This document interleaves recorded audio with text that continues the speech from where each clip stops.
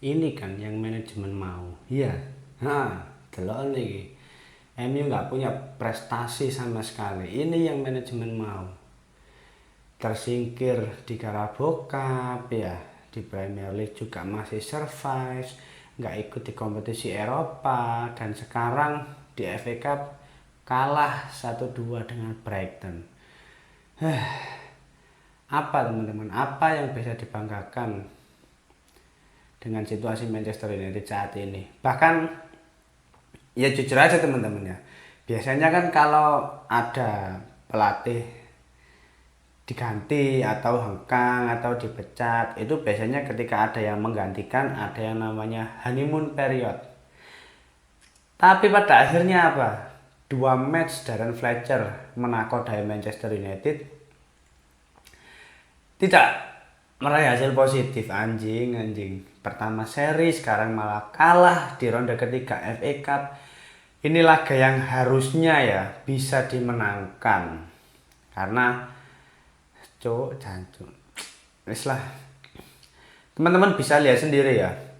Entah itu pakai formasi 3 back, 5 back, 4 back, nggak ada perubahan yang signifikan. Karena apa? Siapapun pelatihnya, kalau memang pemain yang dimainkan ini bukan sesuai dengan kebutuhan, apalagi warisan pemain-pemain lama, ya sulit gitu loh untuk mengimplementasikan secara maksimal skema yang diinginkan oleh pelatih. Aku yakin Fletcher sendiri jancuk. Dalot iki kan goblok tiba. Asli, nggak ada perubahan Dalot itu. Ya kita nggak perlu cocok logi tendangan pengusir Ten Hag lah, tendangan pengusir Amorim. Dasarnya Dalot goblok.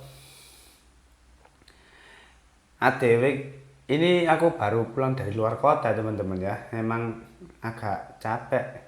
Tak sempat-sempat delok MU anjing tuh wis babak pertama kebobolan wis lini pertahanannya wis gak jelas. Terus Dalot ya ampun. Ada beberapa peluang dari Dalot ini. Anjing performanya gila nih Dalot ini sumpah. Dia ada momentum yang harusnya bisa kasih umpan ke Sesko ya.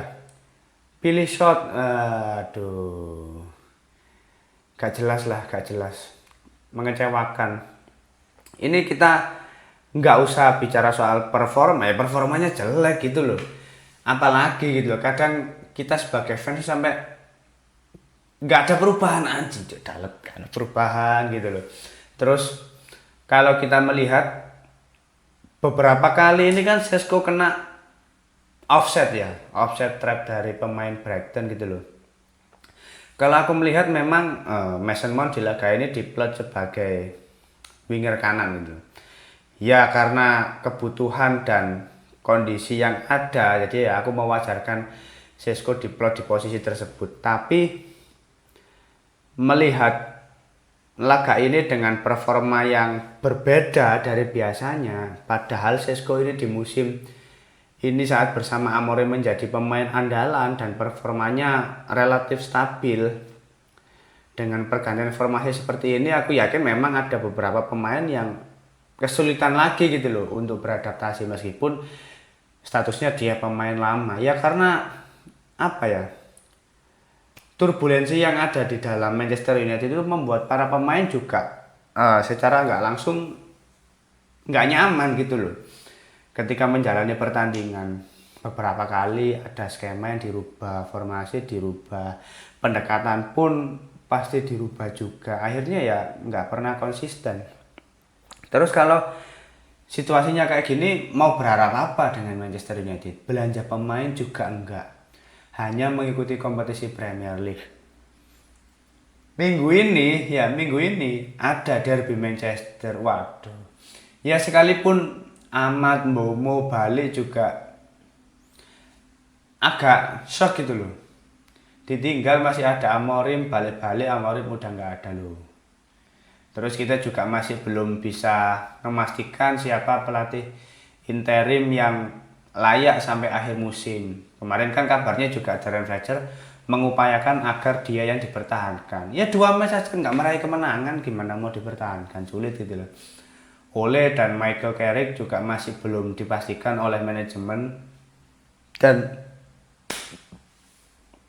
ya hasil-hasil seperti ini pasti akan selalu terjadi sampai akhir musim gitu loh. Cancuk, suara aku sampai entek cuk.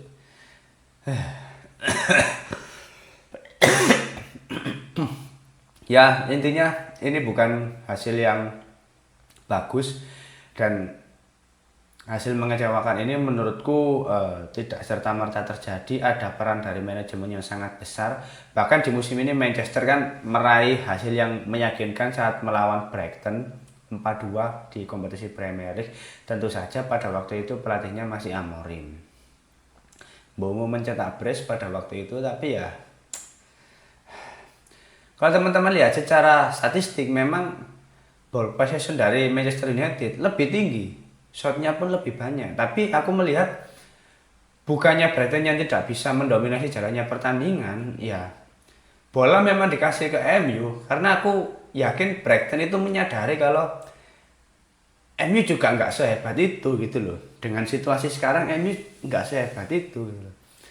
Terus biarkan nanti kalau ada peluang, ada momentum, langsung dimanfaatkan oleh Brighton, dan terbukti lini pertahanannya sekali kecolongan ya udah wes selesai. Posisi dari Leny Zoro, Diogo Dalot yang cuma plonga-plongo, Dalot mana asu bangsat. Wong iki lek nggawe gregeten wong gak ono enteke anjene. Taek kok. Ya. Ya udah lah ya.